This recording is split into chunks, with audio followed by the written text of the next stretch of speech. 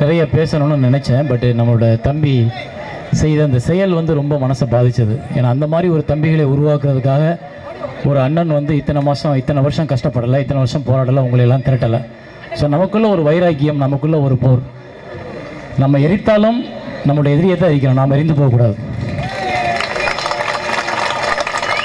அதனால் நமக்குள்ள ஒரு கட்டுப்பாடு வேணும். அதே போல் தொடர்ந்து மறுக்கப்பட்டு வரும் இந்த உரிமை, அதுவும் குறிப்பாக பார்த்திங்கன்னா தண்ணீர் கர்நாடகத்துலேயும் கொடுக்கல, கேரளாவிலையும் கொடுக்கல. அப்படின்றப்போ இதில் ஏதோ உள் சூழ்ச்சி இருக்குன்றதை தாண்டி நிறைய பேரோட ஒத்துழைப்பு இருக்குது நம்ம பக்கம் இருந்தே.